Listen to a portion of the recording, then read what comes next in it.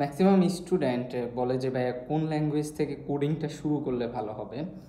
অনেকে বলে যে ভাইয়া পাইথন থেকে শুরু করব, কিংবা সি প্লাস প্লাস থেকে শুরু করব, কিংবা জাভা থেকে শুরু করব। এক্ষেত্রে দুটি জিনিস খুব ভালোভাবে দেখতে হবে আপনাদেরকে। ফার্স্ট অফ অল হচ্ছে আপনি কি ওয়েব ল্যাঙ্গুয়েজে যেতে চাচ্ছেন, নাকি হচ্ছে আপনি সফটওয়্যার ডেভেলপমেন্টের ভিতরে যেতে চাচ্ছেন আর কি। যদি আপনি ওয়েব ল্যাঙ্গুয়েজে যেতে চান তাহলে হচ্ছে আপনি সি প্লাস প্লাস, জাভা এগুলো বাদ দিয়ে আপনি হচ্ছে জাভা স্ক্রিপ্ট থেকে শুরু করতে পারেন। যদি আপনি এইচটিএমএল সিএসএস জেনে থাকেন, জাভাস্ক্রিপ্ট জানতে যে এইচটিএমএল সিএসএস একদম ম্যান্ডেটরি সেটাও না। সো ওয়েব ল্যাঙ্গুয়েজের ক্ষেত্রে আপনি এটা শুরু করতে পারেন এআই এর সময়।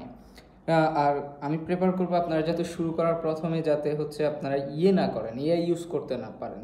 এআইকে একেবারে ব্লক করে রাখুন যখন শিখবেন।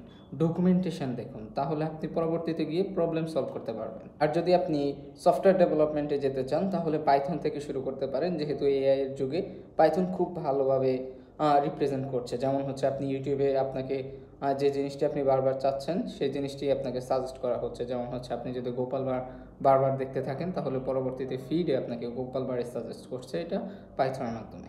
চাইলে আপনি ডকুমেন্টেশন দেখতে পারেন, কিভাবে কি শুরু করতে পারেন, কোথায় ডকুমেন্টেশন দেখবেন আমি নিচে ডিসক্রিপশনে লিঙ্ক দিয়ে দেবো। ওকে।